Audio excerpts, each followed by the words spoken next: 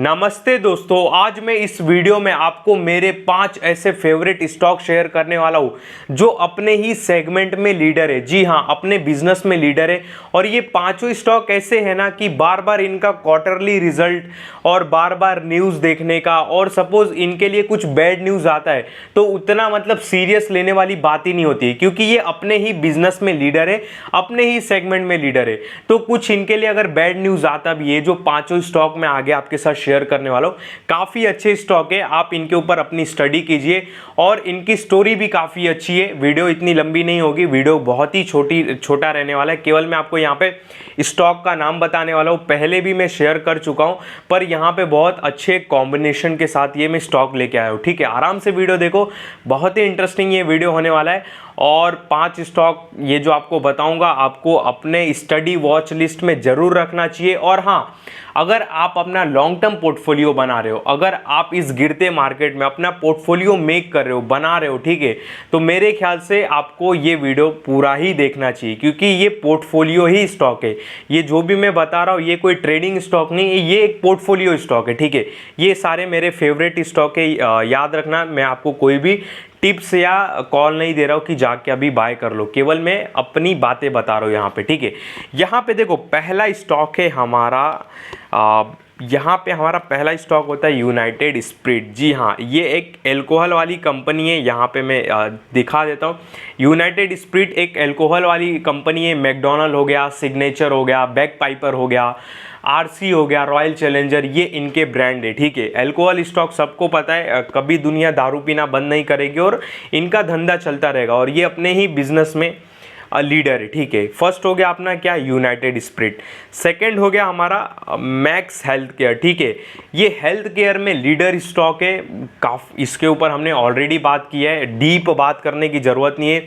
एक hospital industry का stock है, और सबको पता है जैसे जैसे पॉपुलेशन बढ़ती है, जैसे जैसे आबादी बढ़ती है, और लोग आजकल बीमार ज़्यादा हो रहे हैं, बिकॉज हेल्थ इशू बहुत हो रहे हैं, खाने पीने पे लोग ध्यान नहीं दे रहे, और बताने की जरूरत नहीं है, हॉस्पिटल का स्टॉक है। अब इन 365 दिन वाला धंधा इनका। ठीक है, तो मैक्स हेल्थ केयर अपने ही सेगमेंट में लीडर है। टॉप 10 क्या भाई, फर्स्ट नंबर पे अपोलो हॉस्पिटल के बाद मैक्स हेल्थ केयर का नंबर आता है। आर पॉप की नंबर की बात करूं, एवरेज रेवेन्यू पर ऑक्यूपाइड बेड तो अराउंड 80,000 निकल के आता है, जो कि सारे हॉस्पिटल से काफ़ी अच्छा नंबर निकल के आता है। ठीक है, तो इसको भी अपने वॉच लिस्ट में जरूर रखना। ठीक है, तीसरा हमारा आता है एचडीएफसी बैंक। ये मेरा फेवरेट स्टॉक है टॉप 5 में से। एचडीएफसी बैंक अपने ही बिजनेस में लीडर है। बैंकिंग स्टॉक में बात करो तो HDFC bank, SBI bank, ICI bank, ये टॉप बैंक्स है। ठीक है, अगर मैं बस केवल एचडीएफसी बैंक की बात करूं तो इसके बिना इंडिया का काम बिल्कुल नहीं चलने वाला है। चाहे वो ट्रांजेक्शन हो, लाखों करोड़ों के ट्रांजेक्शन होते हैं, लाखों लोगों के अरबों रुपए पड़े हुए हैं एचडीएफसी बैंक में, एफडी के रूप में, ईटीएफ के रूप में, म्यूचुअल फंड के रूप में। अगर ये डूब जाता है तो फिर पूरे रोड पूरा रोड भाई, लफड़े हो जाएंगे पूरे रोड पे। ठीक है, और ये ऐसा एक बैंक है कि सरकार इसको डूबने नहीं दे सकती, क्योंकि इसमें लाखों लोगों के अरबों रुपया जमा है। ठीक है, और आपको भी पता है, जब किसी के पैसे डूबते हैं तो लोग रोड पे आते हैं, आंदोलन करते हैं, और त्राहिमाम हो जाता है। ठीक है, और ये तो एचडीएफसी बैंक है, करोड़ों करोड़ों अरबों रुपए की एफडी इसमें लोगों के, बड़े बड़े इंडस्ट्रियल हो गया, बैंक्स हो गया, हम रिचार्ज करते हैं, वोडाफोन, आइडिया, पेटीएम, ये वो जो भी प्लेटफॉर्म से, वो ज़्यादातर इन बड़े बैंक के जरिए ही ट्रांजैक्शन जाता है। कोई बड़ा साइट चालू होना हो, कोई इंफ्रा का प्रोजेक्ट हो, कुछ ट्रांजैक्शन करना हो, तो बड़े बैंक का ही सहारा लिया जाता है। ठीक है, तो भाई ये जो बैंक है ना, इसके बिना लिटरली इंडिया का काम बिल्कुल नहीं चलने वाला। अगर सपोज ये बैंक डूब जाता है तो पूरा इंडिया की इकोनॉमी खराब हो जाएगी। सही बोल रहा हूँ, पूरे इंडिया की इकोनॉमी खराब हो जाएगी। ठीक है, पूरा यहाँ वहाँ सिस्टम बिगड़ जाएगा। पूरा जो सिस्टम बैठा हुआ है इंडिया में, रेलवे हो, ट्रेन हो, ऑनलाइन पेमेंट हो, हम जो भी ट्रांजेक्शन करते हो, लोगों की एफडी हो, लोग परेशान हो जाएंगे, काम धंधा छोड़ के रोड पे आ जाएंगे। समझो आप बात को। ठीक है, बहुत बड़ा एक बैंक है एचडीएफसी बैंक। ठीक है, 13 लाख करोड़ का मार्केट कैप है, बहुत ही अच्छा बैंक है, इसको अपने वॉच लिस्ट में जरूर रखो। ठीक है, और फिर तीसरा हमारा यहाँ पे होता है एचडीएफसी बैंक के बाद क्या मैंने लिखा है, हाँ, सन फार्मा।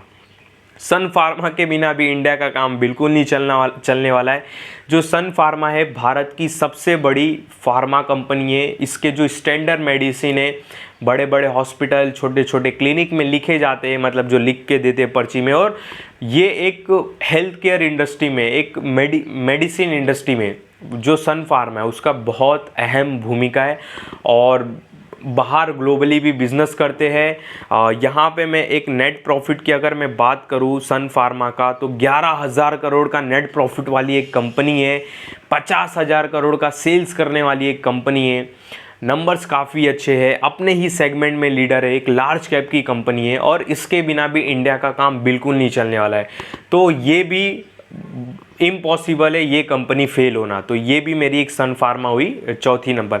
अब मेरा पांचवा कंपनी काफ़ी इंटरेस्टिंग है। वो कंपनी नहीं है, ये एक गोल्ड ETF है। जी हाँ, पांचवा मैंने गोल्ड ETF को चूज़ किया है क्योंकि देखो थोड़ा अलग डाइवर्सिफाई भी होना चाहिए ना। हम अल्कोहल में भी चले गए, दारू वाले में भी चले गए, बैंक्स में भी चले गए, हेल्थ केयर में भी चले गए, ठीक है, सब में चले गए। एक थोड़ा अलग होना चाहिए। तो मैं यहाँ पे गोल्ड ETF को चूज़ करना चाहूँगा। मार्केट में बहुत सारे गोल्ड ETF है। मेरा पर्सनल अगर आप पूछोगे तो निप्पॉन इंडिया गोल्ड ETF ये मेरा पर्सनल है। अराउंड कुछ प्राइस छोड़ो नहीं बता सकता, रिस्ट्रिक्शन है, ठीक है। तो यहाँ पे गोल्ड ETF मेरा पांचवा स्टॉक होगा, ठीक है। देखो आने वाले 26 में एंड में गोल्ड 1 लाख, अभी तो 90,000 चल रहा है, 1 लाख नहीं, अराउंड 1,20,000 क्रॉस कर सकता है। मतलब आने वाले 2 सालों में गोल्ड यहाँ से हमको ऑलमोस्ट 80% के आसपास की रैली दे सकता है, ठीक है, सोना। तो इसको भी अपने वॉच लिस्ट में ज़रूर रखो।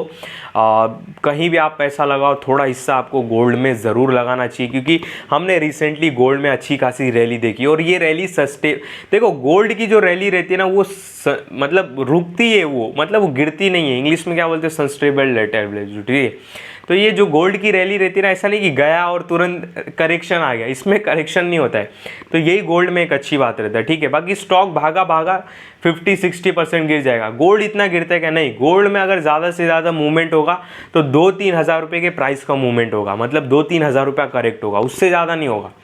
तो ये एक अच्छी बात है। और देखो सोना, गोल्ड के बारे में मेरे को यहाँ पे बताने की ज़रूरत नहीं है। हम बचपन से अपने घर में देखते आ रहे, अपने को नॉलेज है भाई गोल्ड की क्या वैल्यू है, ठीक है। तो यहाँ पे मैं उतना नहीं बताऊँगा, ठीक है। डीप क्या ही डीप जाए गोल्ड के बारे में, सबको पता है।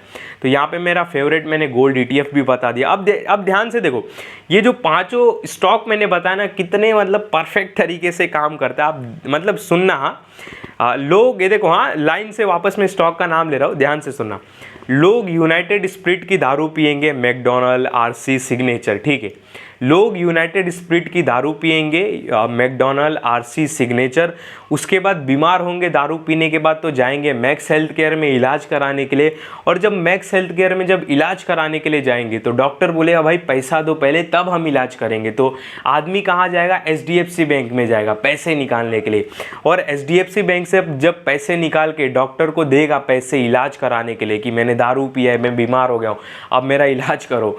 तो जब डॉक्टर को पैसा देगा, डॉक्टर उसका इलाज करेगा, डॉक्टर दवाइयों का नाम लिखेगा, डॉक्टर सन फार्मा का दवाई का नाम लिखेगा, तो जाएगा वो आदमी फिर सन फार्मा की दवाई खाएगा।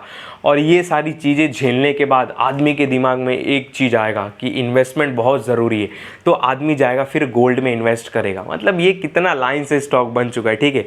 मतलब आदमी यूनाइटेड स्पिरिट की दारू पिएगा, बीमार होने के बाद मैक्स हेल्थ केयर में जाएगा, डॉक्टर बोलेगा भाई पैसा दो तो इलाज करेंगे। आदमी HDFC बैंक में जाएगा, पैसा निकालेगा, और पैसा देने के बाद जब इलाज होगा तो दवाई खाएगा सन फार्मा की। और जब ठीक हो जाएगा तो उसके बाद आदमी के दिमाग में आएगा कि नहीं, इन्वेस्टमेंट भी बहुत ज़रूरी है। तो आदमी जाएगा झक मारा के गोल्ड ETF में इन्वेस्ट करेगा, यानी कि सोने में इन्वेस्ट करेगा, ठीक है। तो ये एक लाइन से पूरा बन गया। ये लिखने के बाद मेरे को समझ में आया कि ये लाइन से बन रहा है, ठीक है।